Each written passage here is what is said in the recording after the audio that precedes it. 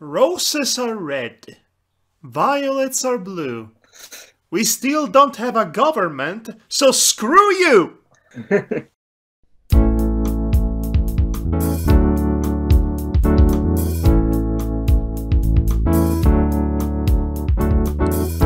When I look out my window, many sights to see. When I look in my window, so many different people to be, that it's strange, so strange.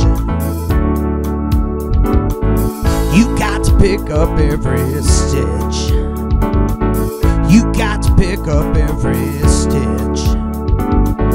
You got to pick up every stitch.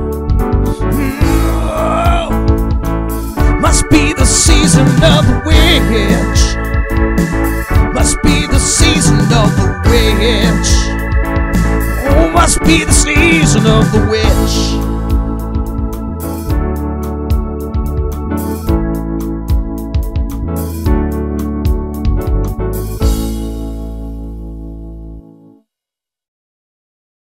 I'm so sorry for you sometimes. Sometimes. Not all the times. Yes, sir. No, just like everyone else in the world, we got our own problems. Indubitably. Welcome back to the Team Yume podcast, and in a moment I'm going to list you all of my problems right now, because it's my podcast, so you have to listen to me! And I shall listen. Right. Here I am again, the man beard, joined by the boy wonder. Hello. And the more we do this thing together, the more I look like the angsty villain, and you are the positive superhero guy, man. Yeah. Pal. We seem to be going into ever more contrasting territories when it comes to our color palettes.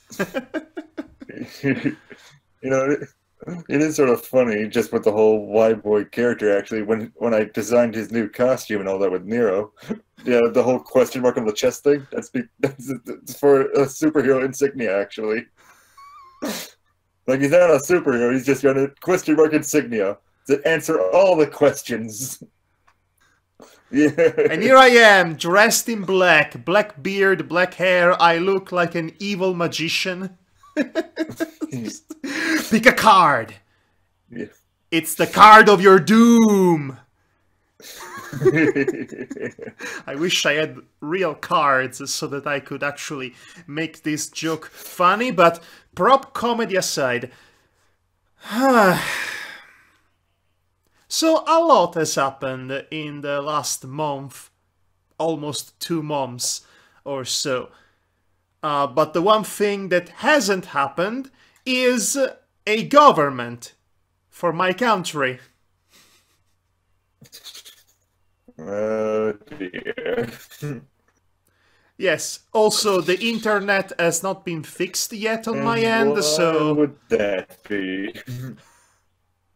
There might be a delay in our conversation, or WhyBoy turning into a cyborg occasionally. There is no help in that.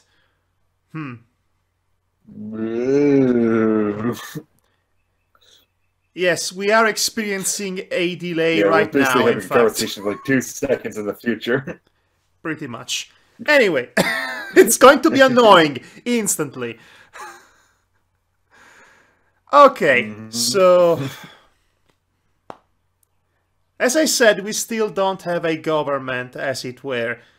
If you listen to our past podcast, the last we did before this one, which was in the first week of March, essentially, dear Lord, we just had the election, and then any chance for a alliance between the center-right faction and the 5-star movement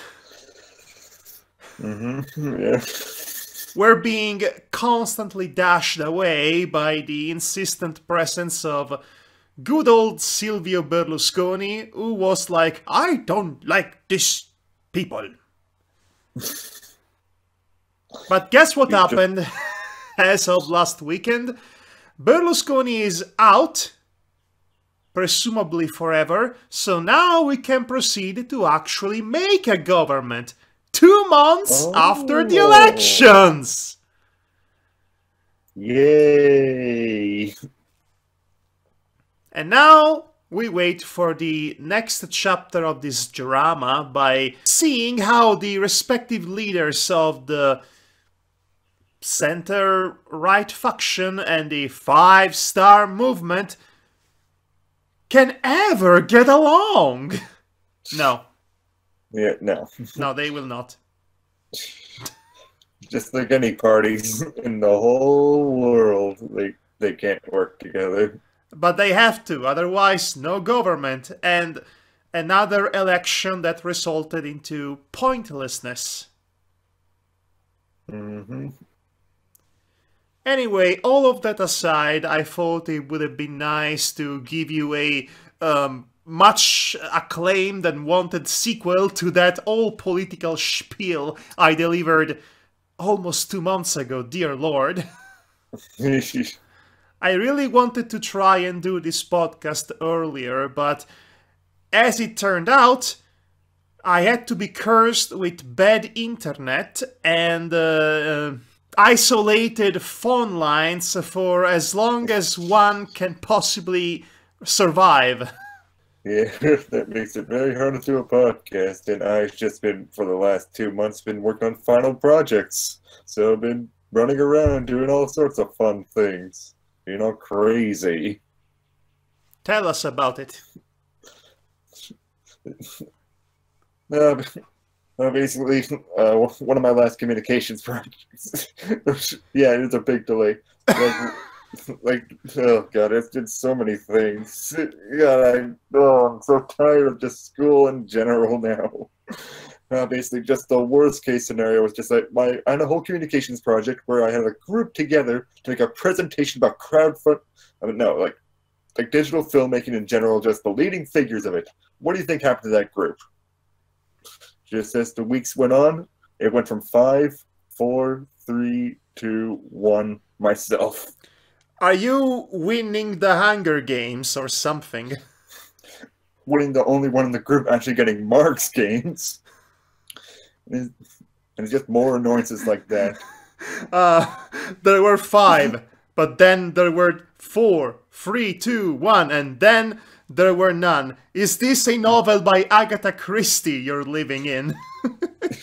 Yeah, definitely in that class I was, and then there's just other stupid courses as well. Like there's a whole social media course where you learned how to make a Twitter account. No, I never had a Twitter account before going to university. I don't know how that works.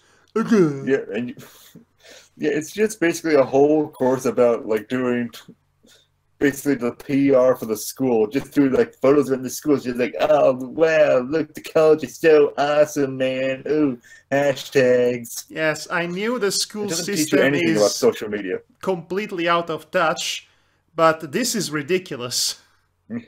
Yes, yeah, mostly just that course. Like I was expecting something way different because like everyone knows me. I'm on social media all the time, posting all the stuff, scheduling it all. Like I know social media. I want to know the interworkings of it, not how to make a hashtag on a freaking picture of a piece of pizza.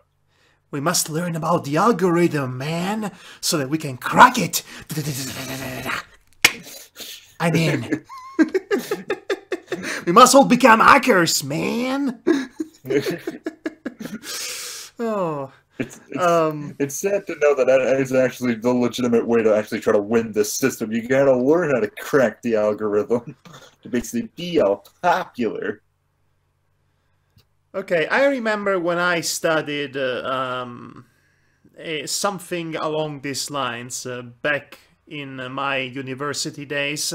I frequented this one course about, partly about the history of the internet from version 1.0 to 2.0 to the the time in which the bubble bursts the first time and all internet-created businesses at the turn of the millennium essentially went belly up.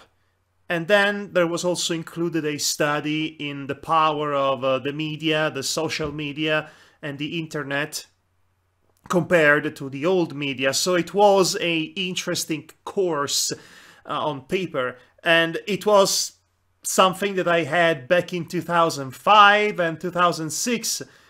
So you would think modern social media course would be a bit more, I don't know, updated. Yeah, it definitely, like, that's what I would expect too, like, go more in depth into what social media is all about. I mean, when I had this course, Facebook and YouTube were just barely out of the gates, so imagine how it could have been in a few years down the line. Make a video, make a picture, and post it out there. You get 100%.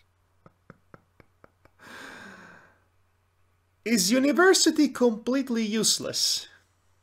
Well, I'm not in university right now. I'm in college right now. I have gone to private universities, and like I went to the Toronto Film School. Like in the grand scheme of things, I learned a lot about writing there.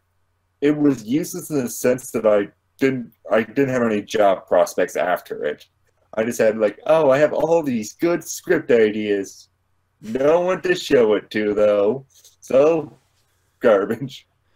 The problem with university and college and getting higher educations is that they are useful if you don't have already basic skills or basic knowledge about the various types of studies that you're interested in.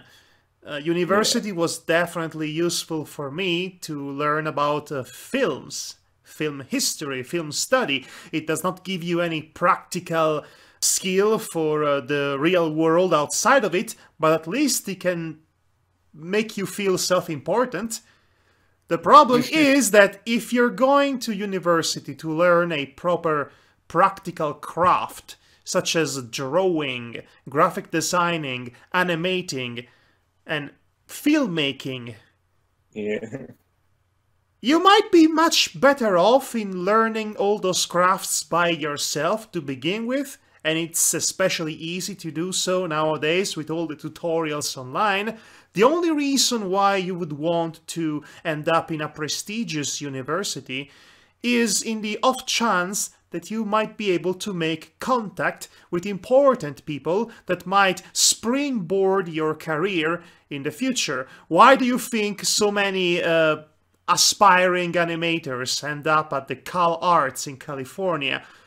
Because they make contact with important people in the business. Otherwise, most of the animators I know online, they were mostly self-made, and they became successful because they persevered in their self-made careers. So that puts things into perspective. Yeah, definitely. Like, me going back to school was not really in just any sort of ways. Like, I need to learn how to video edit better and all that. You were already good. I mostly just went back into it because, yeah, I was already good. I knew basically just going back into there, because I would just be able to produce all these sort of like big, high-level sort of stuff, basically show it off to my teachers, any sort of like big names and such. Basically like, hey, look at this. I came from this school and I got these cool projects. Hire me. It's basically just sort of a way to open up connections and such for myself and Toongren as well, because I can just go around and just hand out business cards and all that. Basically just opening up like that. Basically using college as more of a tool in a sense. Not really a teaching. Especially with classes like social media teaching me.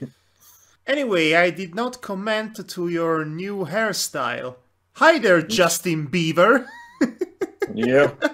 Yep, I know. This is what happens when you blow dry my hair, which I always hate to do. Like I was just doing some nice shooting for some friends, just rolling around in some mud and all that. And I got back home all sore and all that, covered in mud from head to toe. And I was just like, screw it. Rip it all off, just get in the shower.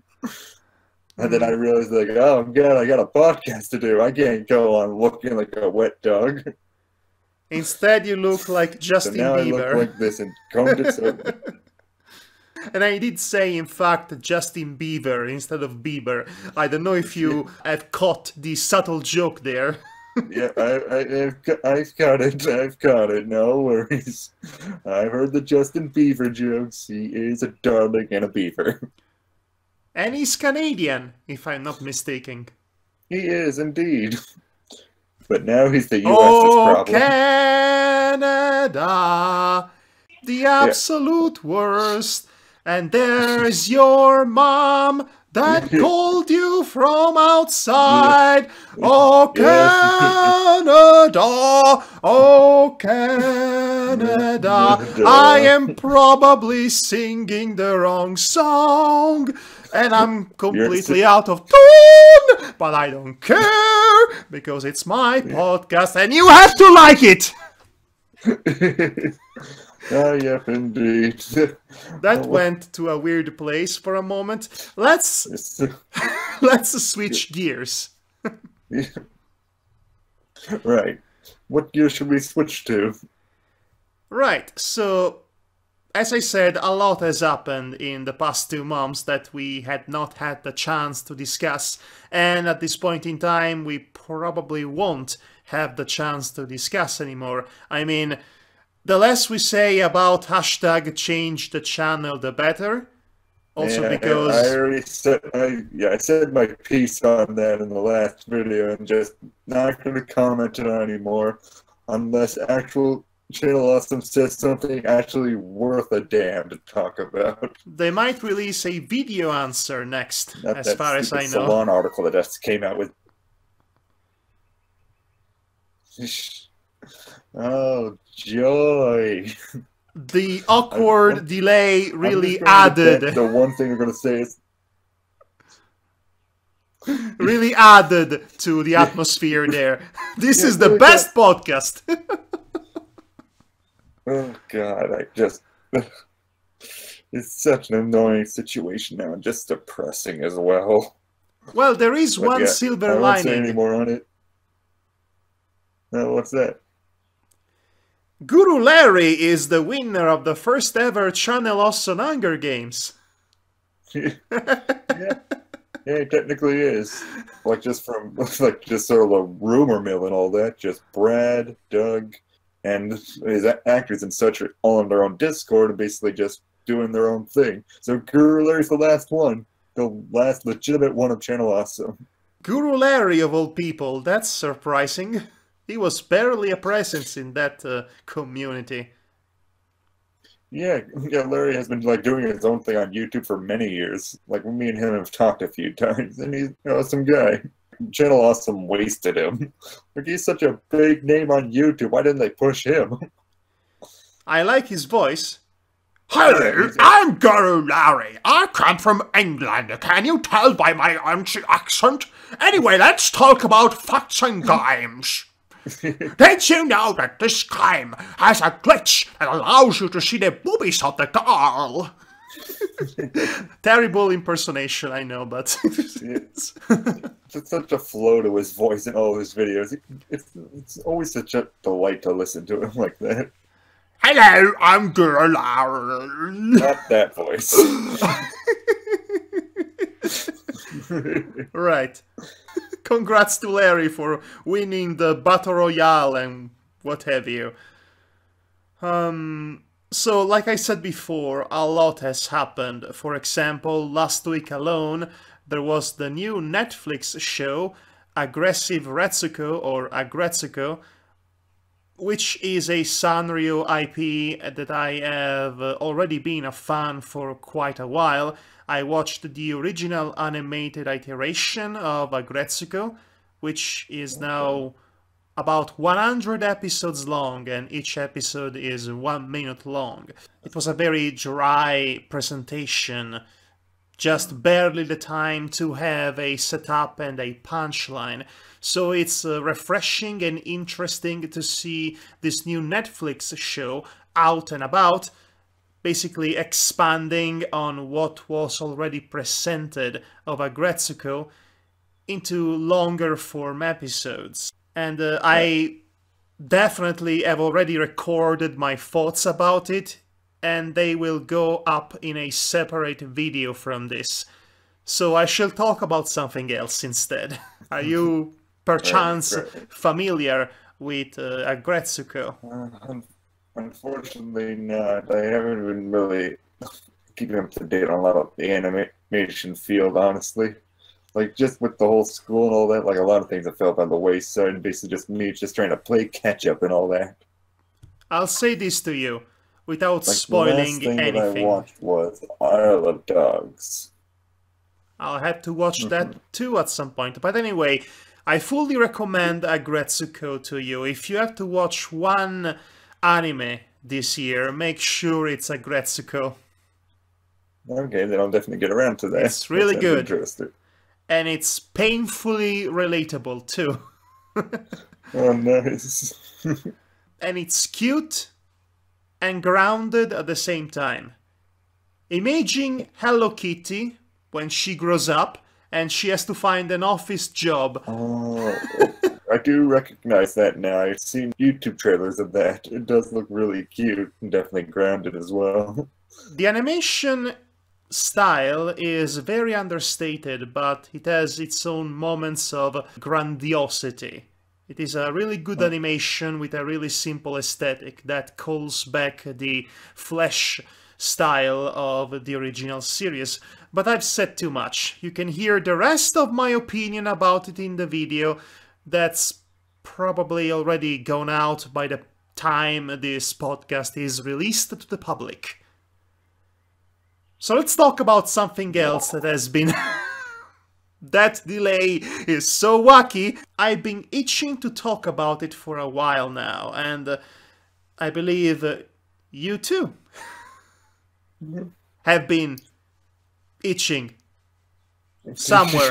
You should see a doctor. I guess you have to itch.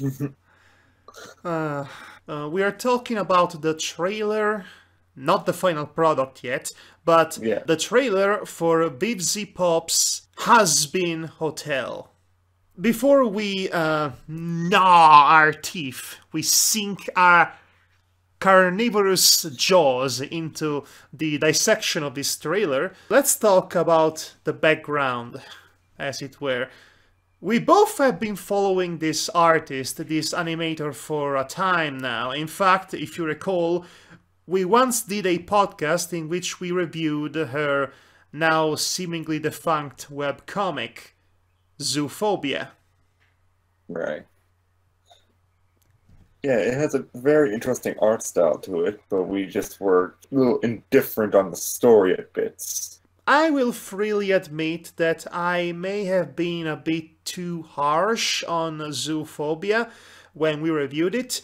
I still stand by my opinions about it. It had problems that necessitated some correcting, but I believe I might have come off a bit too harsh and mean-spirited when I didn't intend to. We even had the artist herself, Vivienne, actually commenting on our video. She was very diplomatic. I appreciate that, but she had all the rights to be a bit miffed about it. But I love her art style and everything. Like her one fan animation thing on a Katy Perry song was is one of the things that I love watching over and over again. Cause she, her animation is Die Young. That's it. It's such a free-flowing animation. It's just eye-catching. It just burns with color. I love it for that. Yes, we also briefly talked about that very animation. What's that good? Nothing. I'm just reacting at the massive delay we are experiencing yet again. Try not to mind it.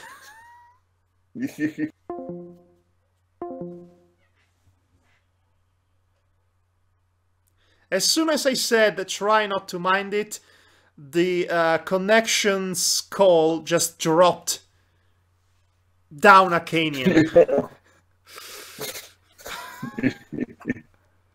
Oh, this is bad.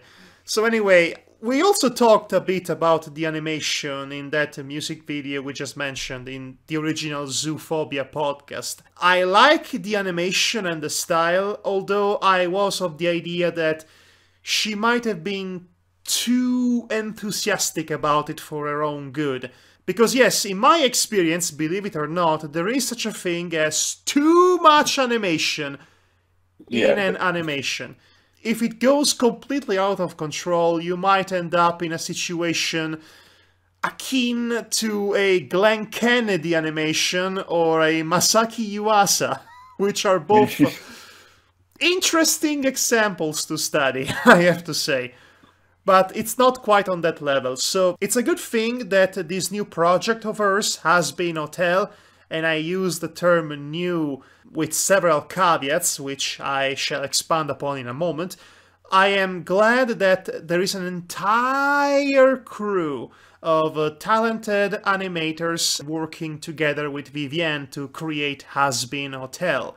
How much do you know about this project? Honestly, I haven't been able to research too much into it. I have seen like many of the animators that have worked on it, like from cleanup just doing the line art and all that, have been showing off their scenes that they've actually done from the actual show that basically tease the whole series. And I'm really liking what I'm seeing so far. Like coincidentally enough, I basically had sort of an idea of considering it like a hotel with the wacky characters in it. Oh yeah, this is actually really cool and fun, and it's colorful and all that. It's basically making hell a much more lighthearted place when hell is not usually depicted as such. I don't know if lighthearted is the right term. It's more leaned toward just more the fun side of things rather than just going like, blood, boiling bones and all that. Although there is probably going to be a lot of the aforementioned guts and gore. I like the aesthetic at play in the trailer. You know, when they showcase what the world, what hell will look like. Because yes, the series, because they plan for it to be a series, will take place in the underworld. Now, to my understanding, they began properly working on this full-fledged animated feature that should serve as a pilot for the entire series of Hazbin Hotel since 2015. It will be completed in 2019, just this one episode, that is, which makes sense. They are all busy people with day jobs as animators, so I would assume that they are making this in their spare time. Yeah, I would assume so as well. But even before 2015, I know for a fact that Vivienne has been conjuring images and characters and settings for this very specific, ambitious project for many years before the project itself was kickstarted. There was a whole phase of conceptualization. In fact, at some point, before her own DeviantArt account was significantly reduced as of late, yes, I checked it out recently, there was even a comic starring one of her more popular characters, which is Angel Dust, the white spider former gay porn star, which is a predominant character in this show that's yet to exist.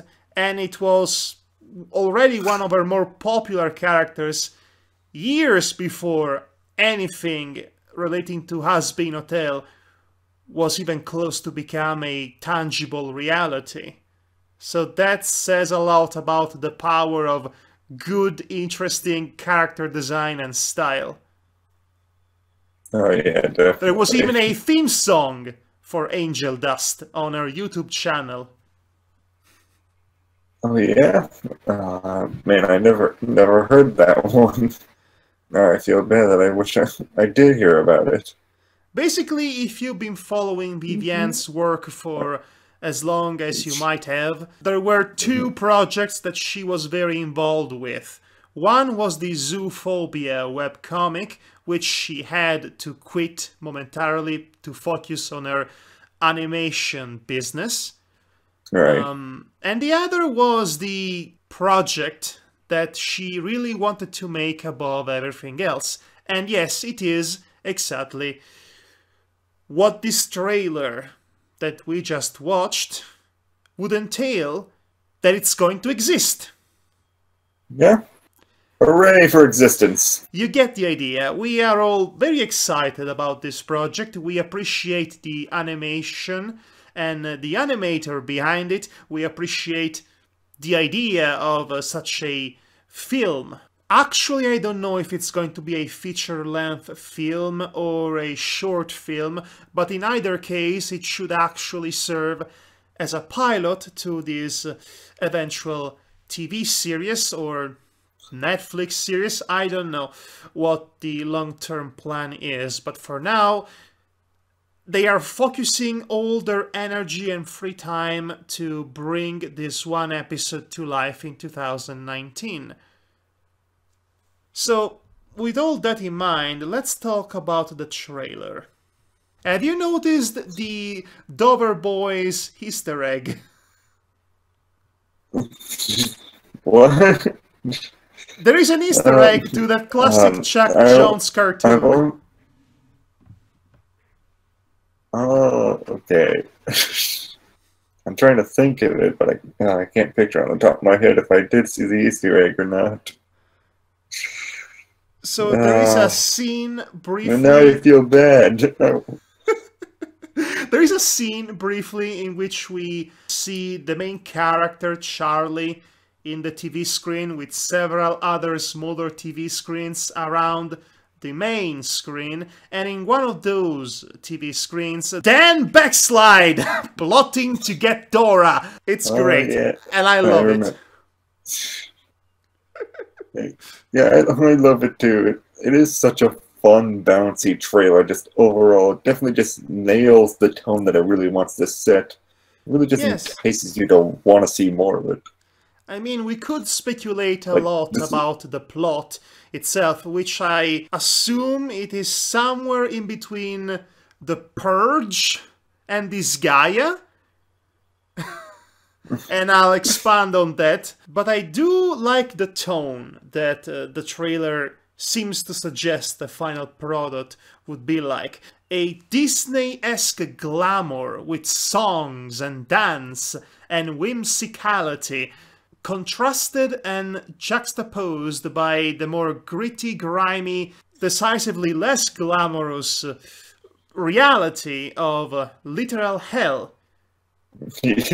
I do like the settings and the lighting, which almost makes it look like a 1970s porn set. Discotheque lights and all of that, and also a little bit of the Moulin Rouge, you know? Right. Which really fits with the idea of this very glamorous hotel owned by a Disney princess of hell. Yeah. Which is basically what the main character of the show seems to be. She is literally the princess of hell. So essentially it's like a Disney princess that tries to redeem sinners from hell. And much like any other Disney princess, she has to bite more than she can chew, and she has to become stronger by the end of it. At least that's the vibe that I get from the trailer. And I am not opposed to that. Yeah. I like the idea of this counter-cultural anti-Disney / Disney tributing series that essentially deconstructs and reconstructs the well-known tropes relating to Disney films and Disney princesses, again, for the benefit of a adult audience. Yeah, I appreciate that as well. The main character definitely gets off that Disney princess vibe, like you said. But it also, like, I would just almost compare her to a character like Yume. Like, you know, she's all gumdrops and lollipops and rainbows and all that. And just Not at a quite as switch manic. from some of the scenes I've seen her in, she goes insane. Yeah, Yes. she goes manic and insane. And that's just add a lot more comedy and dimension to her. Lest we forget, she is a demon from hell. Yeah. And I find this intriguing because usually when it comes to these very specific kinds of stories, the very specific kinds that take place in the 80s, so to speak, we usually have a main character that's not originally from hell, but was sent to hell upon dying. Slightly Damned comes to mind, which is also a web comic series that we both enjoy. But no, this time around we have an actual denizen of hell, nay, a royalty from hell, that in spite of being born in literally the worst place imaginable, she actually managed to become a kind-hearted person that cares about her people. So she's actually trying to make her hometown a better place, which I think it's quite appealing. Yeah, it creates sort of an optimistic story that really draws you through, rather than just being dealt on the pessimism of sort of things, where you just see stuff like even in Slightly Damned, for instance, like where the main character gets dropped into hell, and she's all like, "Oh no, I'm right in the ring of hell now. Oh bother!" Basically, more making the setting of hell into just the worst place. Well, here is trying to make hell the best place, which is a much more different take on the sort of the genre of hell settings. Hell is what you make of it, essentially. So if the goal is to comment on society and the inherent problems with society, using hell as a allegoric representation of it, I'm all for it, conceptually. And I do adore her character design. She looks like a dog-nosed marionette. Right. In fact, all of the character designs are pretty interesting. We are used to the idea of seeing demons or otherwise denizens from the down below to look in very specific ways. Yeah, so, red horns, hooves, maybe claws. But if there is one thing that I've always appreciated about her specific style, and the style at play in this project, as far as the trailer shows, is that there are no two characters that look the same. They all look different and distinguishable from one another. There are the furriest of furry creatures, there are squeamish and ghastly horrors, there are one-eyed women, there is a bit of everything and everything in between. Also, Angel Dust might be the worst or best character in this show, judging from what they've shown. Oh boy. I am going to thread carefully with that character as far as he's concerned. My gosh. I don't know if they changed his backstory for the project, but I don't think they have. There was this one short frame during the trailer in which he's very obviously getting off by the tight chains around his body. So we have that to look forward to. This is an internet project, all right. Well, yes and no. And I say yes and no because they actually had Maxwell Atoms, creator of The Grim Adventures of Billy and Mandy, involved in this project as a voice actor. Oh, wow. Famed, acclaimed creator of such timeless shows as Evil Con Carne and Bunnicula. Yeah, of course, yeah. I am never letting that one my go. happiness just sort of dissipated and died. He's also a credited voice actor, so they didn't just choose him because of the interest that a project of this caliber might generate with the addition of someone so well known in the cartoon community, because otherwise this is a indie project through and through. For example, Maxwell Atoms voiced Jeff the Spider in Billy and Mandy. Okay, right, yeah. I remember Jeff. Oh, God.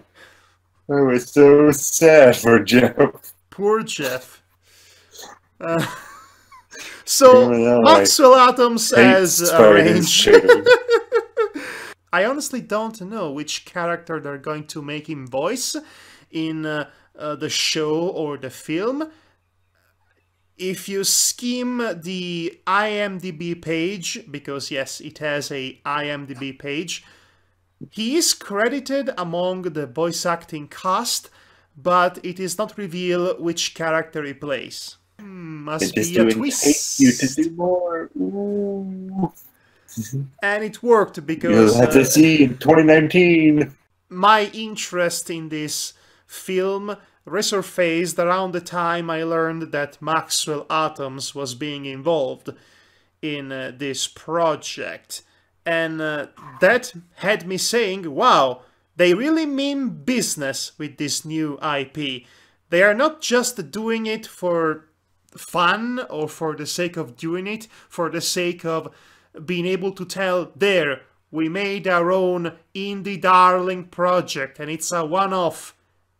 No, they are absolutely serious about it. They want and they plan to turn this whole new series into an actual series. And to that I say, yes, please. There isn't anything that quite looks like this nowadays, I have to say. Stylistically and tonally, aesthetically. And that's also made for adults. That's definitely something unique. I'm very excited for it as well, because it is that sort of like online project where like the like-minded minds of just different digital creators and online animators come together to create something like that's wholly unique in sort of the sense of what we've never really seen this sort of thing come together in a sense, and especially with adult animation. Like there is adult animation around, but it hasn't gone like that widespread appeal yet still. And this just might come around to say like, hey, look at us, we're like visually unique and all that, because from the general populace, visually unique things are usually the things that catch people's eyes. This should be interesting regardless. Allow me to speculate a bit about the plot itself. Well, aside from what the trailer very much openly reveals. Right. So Hell is having a overpopulation problem. So there are death squads running around killing the lower class denizens because social commentary. The rich, pampered, and perhaps a bit sheltered Princess of Hell decides, I'm not going to have any of this, and I'm going to try and help my people to stay alive, and the only way for them to survive is for them to repent themselves, because it's literally hell, so that they can leave hell, and thus we resolve the overpopulation problem. So like I said, it's The Purge meets Disgaea. And I used Disgaea as an example, a prior example of a whimsical and funny, quirky representation of hell. So yes, it should be interesting to see how all of this pans out. Definitely. So if there is one thing I learned tonight is that we cannot do a podcast in these conditions because the delay is absolutely ferocious. This is going to be a really awkward podcast to listen to and to watch, but hopefully it will be at least entertaining. I think so. I think we're both charismatic enough to hold against the delay. We'll beat you yet, delay.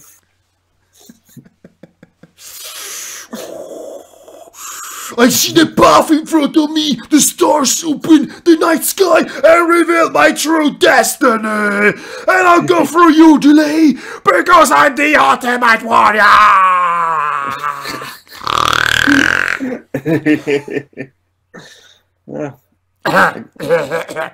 Anyway, so I have a few more bits of news, and by the way, before any of that, let's conclude our thoughts about the trailer. The trailer shows really the minimal elements that we need to be wary of. The idea of what the plot is, and the characters and their interactions, and also the glamorous and carefree soundtrack, which in turn will make the aforementioned juxtaposition with hell far more powerful in contrast. Of course, I could be completely off the mark. This is just a speculation. We cannot be sure of what the final product will entail up until we actually see it. But I really wanted to at least talk a little bit about the trailer. It shows off everything it needs to do. It just gives you a little tiny bit of a nibble into what the full product will be. And I'm excited for it. I mean, so 2019, here we come. Technically nothing special. It is a pretty generic trailer. But we don't care about how the trailer looks. We care about how the animation looks. And the animation has a lot of promise.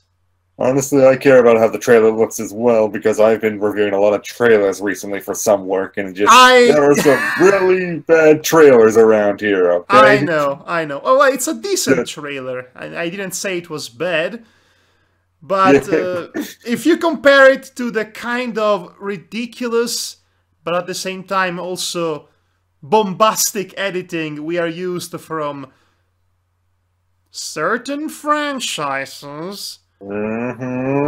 This one almost stands out for how modest it is. Yes. And its modesty just sort of just goes hand in hand with what it's trying to say with its messaging and all that sort of stuff. So it works.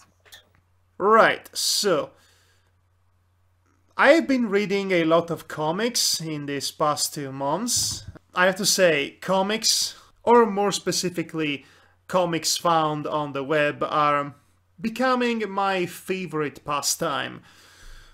I am always hungry to see different perspective and worldviews applied to one's own artistic skills.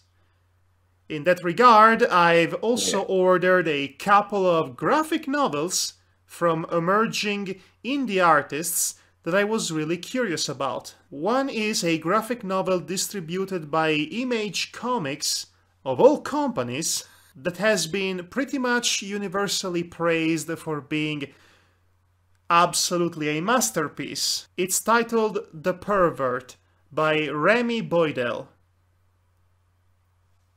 That's one. Another graphic novel that's on the way, it is far less renowned as far as critical appraisal goes, but it's the kind of comic that... What was that? Hot dogs. Yeah. Sure, why not? Say hello to your mom. I mean, we had my mom interrupting one of our podcasts. It's about time we had your mom coming into the room just as I was about to say something meaningful too. I'm just gonna have its apple too. I'm hungry. Anyway. Okay, I'm good. So the other comic that's on the way is one that I have purchased simply because I really, really liked the art style on a personal level. You're going to make a weird face when I tell you the title of this comic. Pinky plus Pepper Forever. Pinky plus Pepper Forever. By Ivy Atoms. I don't know why, but I feel like I recognize that name. Maybe I just heard it around. But I might just... I might just. The pervert made me the pervert made me have a weirder face than that. Yes, clearly the title is meant to be a misdirection and also an homage to, in quotation marks, to exploitation films. Right. Which is appropriate because it's supposed to be a true, gritty, sad and emotional story about a transgender individual. Oh, I see. Using Snoopy-like characters. I am very intrigued by this graphic novel, but I'm also very much intrigued by Pinky Plus Pepper Forever, which sounds like the kind of fourth grader love letter you leave into somebody's desk, which I think it's what the author was going for. The best way to describe it to you aesthetically, it's a underground 1980s punk rock poster come to life. It's hand-drawn, low budget, and it takes place in hell. It's a theme tonight. Dang it! All this hell around here. Why can't anything take place in heaven? So I don't really know if it's going to be any good, but I had to get it just based on how uniquely interesting and alluring the deceptively simple aesthetic of the comic is. And I mentioned that I had a connection with this style at a personal level. It reminds me of my aunt's drawings. And yes, she was an 80s punk rocker. So there is a nostalgic element to it, and I had to get this comic. And I am very excited to get both of these graphic novels, and I will definitely discuss them once I have them physically in my hands, and I will be able to show them to the audience in this format. It's pretty much the main reason why we are doing a video podcast, so that we may actually make use of eventual props, such as your mother giving you your dinner while we are recording. So another bite of the apple again, just to piss you off. This is why I have become the villain of this story. I will destroy you, Boy Wonder! Pick a card! Yep, and that's why I'm the optimistic hero, and I shall beat you with healthy apples. Ugh. No wonder villains are more popular. Anyway. Oh, I also have a third comic on the way. But this one I did not buy. This one has been sent to me for review purposes. Ooh. Now, Who don't sent you woo this? at me. It's the third issue of Zombie Outlaw by Adam Blackmoon. I have reviewed the first two issues. I'm personal friends with the writer of the comic. He's actually visited one summer with his then pregnant wife. We've had a good time. We even recorded a vlog together. And yes, he keeps sending me updates about this comic that he really wants me to read and review because he hates me, loves me. Because he loves me.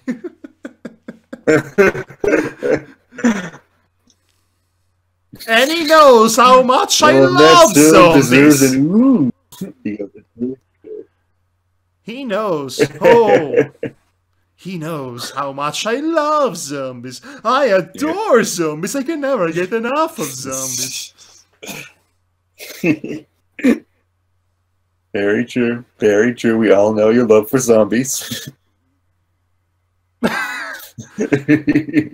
I don't have the previous two issues at hand here, but the art style is truly horrific in a Lovecraftian sense.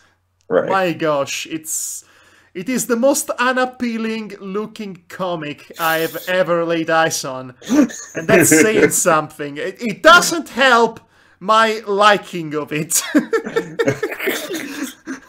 I bet you sent that right to his face, too. Oh, he knows. He knows. So, yes, I'm looking forward to see that comic and to eventually review it. Oh boy, that's going to be fun! Woo. And I think that about does it for my end of this podcast. Do you have any final thoughts about anything? Not really. I am excited to hear your thoughts on that zombie comic. just so I can laugh at your misery. You can watch my 2 videos about those 2 comics I reviewed on my YouTube channel, if you really want. I may get around to do that, but it shall be even better to see it live. I might just do it live, you know? Oh my god. And I will invite Adam on this podcast too, to see my torment. Oh yes, I might just do that. That sounds good to me.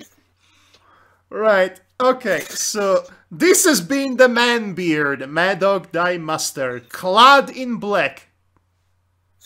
And I'm the boy of Y, the hero of apples. Also known as WhyBoy the White. Indeed. The whitest of the heroes. I'm pretty sure I'm whiter than you. Literally. Yeah, probably. I've been out in the sun all day, sue me. The whiteness of my face creates a nice contrast with the blackness of my soul and my dress wear and my beard and hair. Pick a card. Any card. Your cards are invisible. Yes! That's the evil part!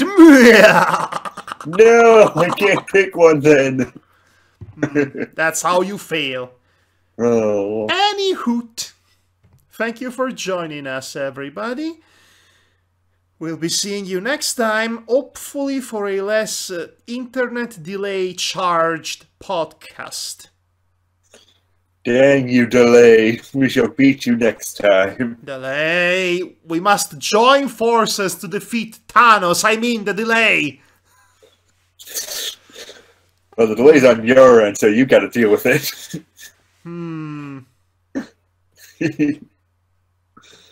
Hopefully by the next podcast I'll be able to fix my internet issues once and for all. And furthermore, my country has a government. Yay! Let's hope for the best. Let's see which one of the 2 options seems the least believable. You decide.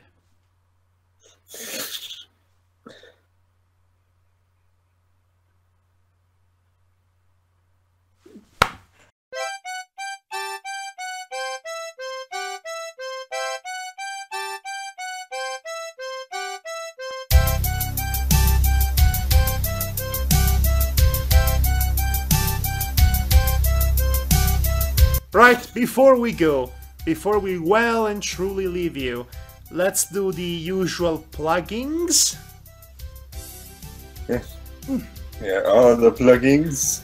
Like, for me, plugins is just, basically I've just been revamping ToonGrid.com to add all sorts of new things.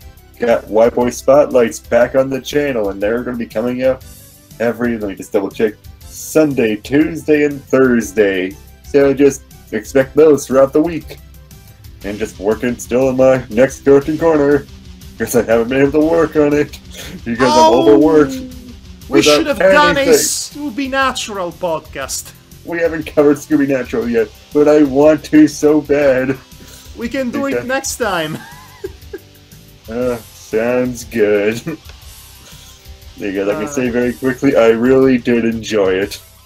I enjoy it as well, but I have some reservations. Yeah, I have reservations too. I have reservations to distribute to the masses, enough to feed an entire nation. But anyway, as far as my plugs go, you are already watching this on my YouTube channel, so subscribe and click on the notification bell if you may. You can support me on Patreon at patreon.com/madhog, M-A-D-H-O-G, Madhog, if you want to receive a juicy early screenings of my videos, and also download certain audio files. So you can do that. You can follow me on Twitter at Adriano Bordoni 1. All the important links are in the YouTube description.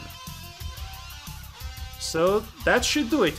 Thank you again for following us on this morbid, turbid, confusing journey that we call life. Oh, that's deep. So deep. Shut up! Never.